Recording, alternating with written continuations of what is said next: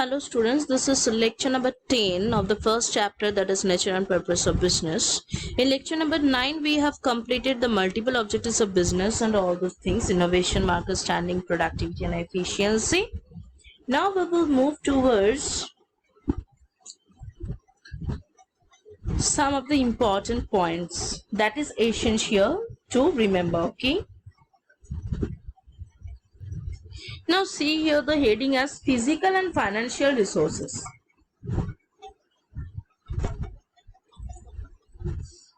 Here it is given that physical and financial resources. Any business requires physical resources like plants, machines, offices, etc., and financial resources, that is funds and supply goods and services to its customers.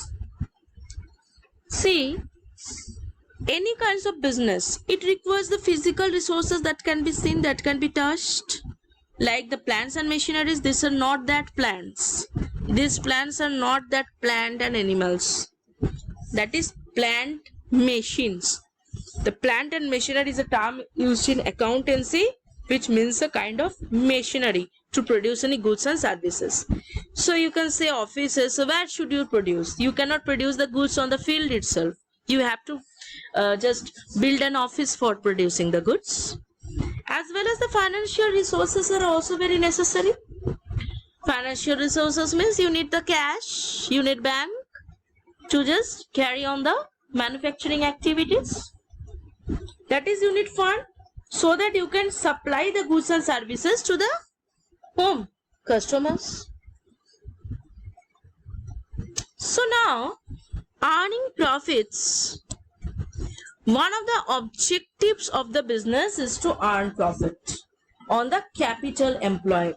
Capital employed means whatever machineries you will install in your factory, in your industry, whatever in your farm, you are installing the machineries, plants and machineries. You are building the office building to produce the goods and services. So there you need fund or not, you need cash. You have to invest the money for that. At first, when you will invest the money, then only you can earn the profits from those. So that is known as the capital employed. How much you are investing as in the form of capital, as you have learned in the accountancy. What is meant by profitability? Profitability refers to the profit in relation to capital investment. Whatever profits you are earning for investing the capital is known as the profitability. Now manage your performance and development. How to perform? There is a need of the manager in the organization. Okay, manager means who used to manage the things. Until and unless you will have workers to manage the thing, manage the sales, manage the purchase, is it possible to run an organization? Can you do only by yourself? Can you run an organization only by yourself? It is not possible. So that's why a manager is needed. Now the business enterprise also, the managers chapter you will learn in class 12. Okay, now only you just know this fact that managers are needed to manage the organization. Business enterprises need managers to conduct and coordinate business activity. For what purpose? So that they can conduct and coordinate the activities of the business. Manager performance and development, therefore, is an important objective.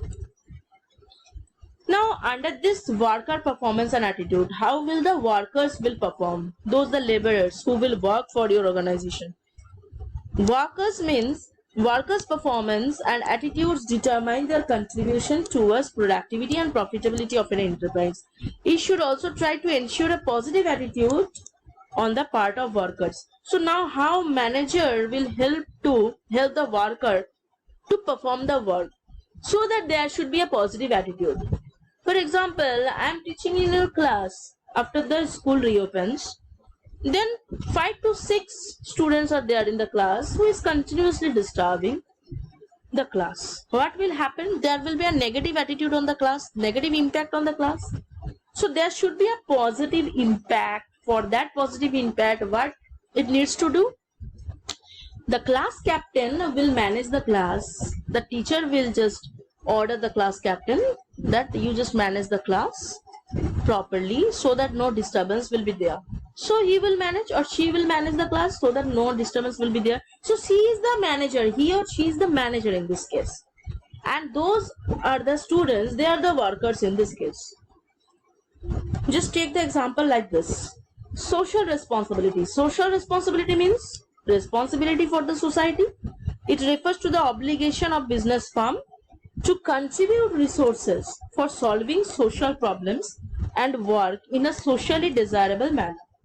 Thus, a business enterprise must have multiple objectives to satisfy different individuals and groups. I have written in such a way, I have made these slides in such a way so that you can easily understand by reading this. These are theories. This is essential for its own survival and prosperity. The term business risk means it refers to the possibility of inadequate profits.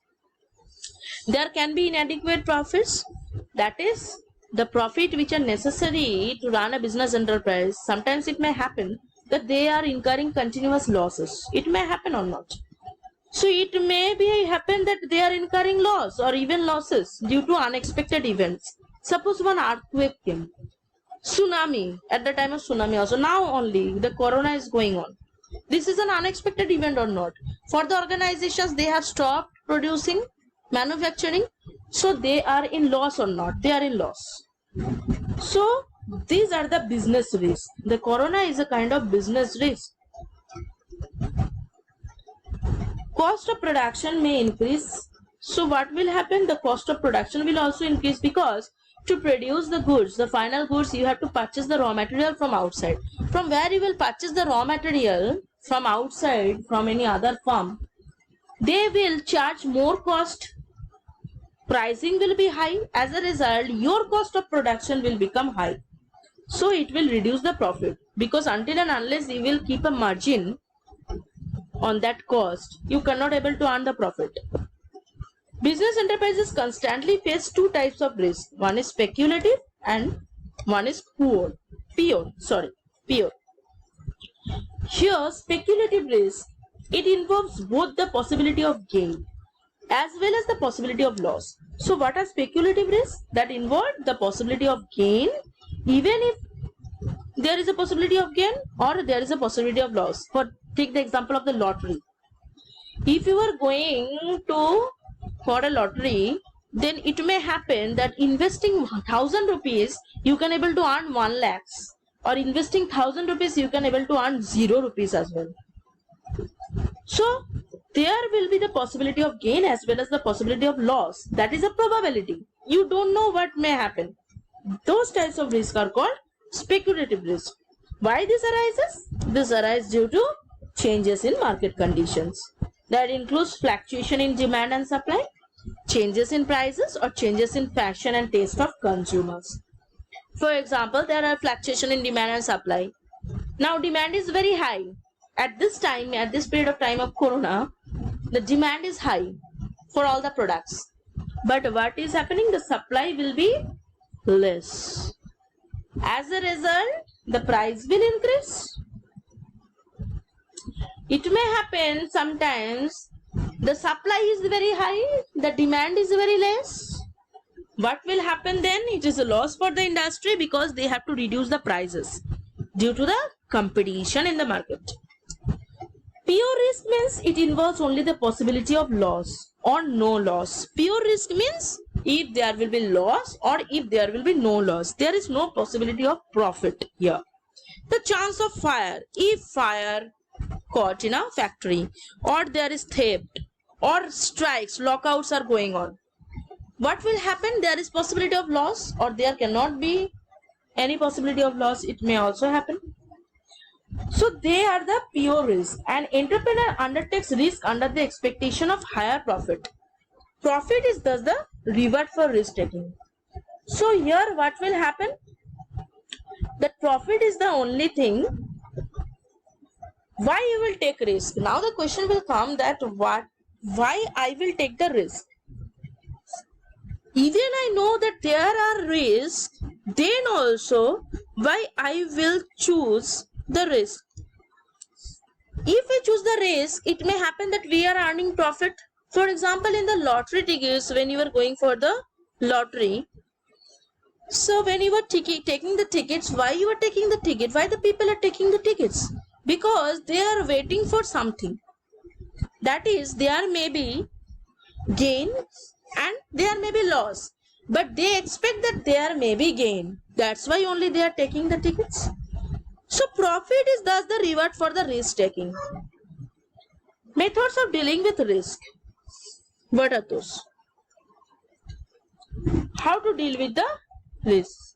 Although no business enterprise can escape the presence of risk, no business enterprise are there that can escape itself from the risk. Every business enterprise has risk. Every business enterprise may have risk.